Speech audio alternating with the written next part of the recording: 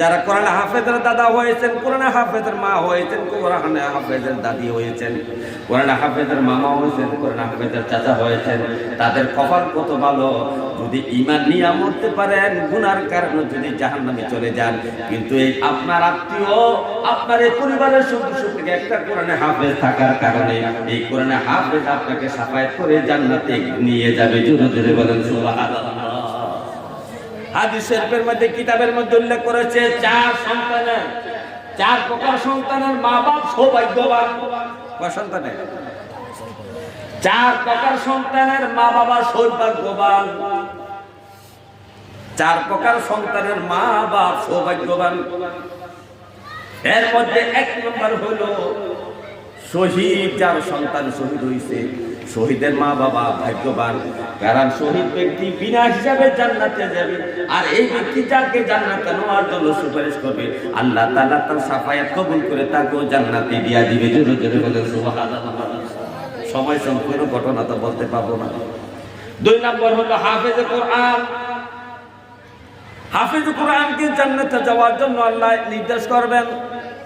হাফেজে কোরআন বলে, রব্বি কারীম, আমি একা একা জান্নাতে যাব না, আমার মা বাবাকে ছাড়া আমি জান্নাতে যাব না। শুধু মা বাবাকে নিয়ে জান্নাতে যাবে না, এই মা বাবা কোরআন হাফেজের মা বাবাকে আল্লাহ তাআলা হাসরের মাঠে বিশাল সংবর্ধনা অনুষ্ঠানের আয়োজন করবেন।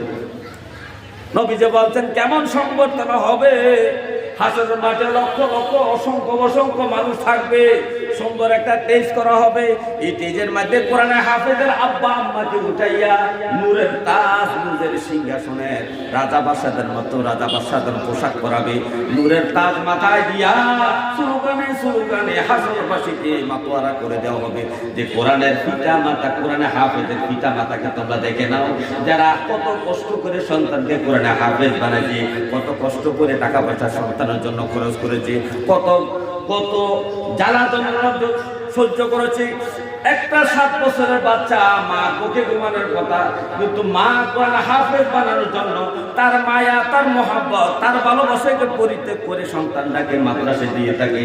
সন্তানরা মাদ্রাসা কি খায়, কিভাবে ঘুমায়, কি অবস্থায় সে মা জানে না, বাবা জানে না। সন্তানের কথা যখন মা বাবার বড় হয়, তখন মা মনে মনে কাঁদে, বাবা মনে মনে কাঁদে। বাবা কাঁদে এক জায়গায়, মা কাঁদে আরেক জায়গায়। মা বাবাকে সান্ত্বনা দেয়, বাবা মাকে সান্ত্বনা দেয়। এর আল্লাহর বান্দি, তুমি অসন্তুষ্ট হইও না। তোমার সন্তানটাকে ছোট বয়সে তুমি মাদ্রাসা দিয়েছ শুধু কোরআনে হাফেজ হওয়ার জন্য।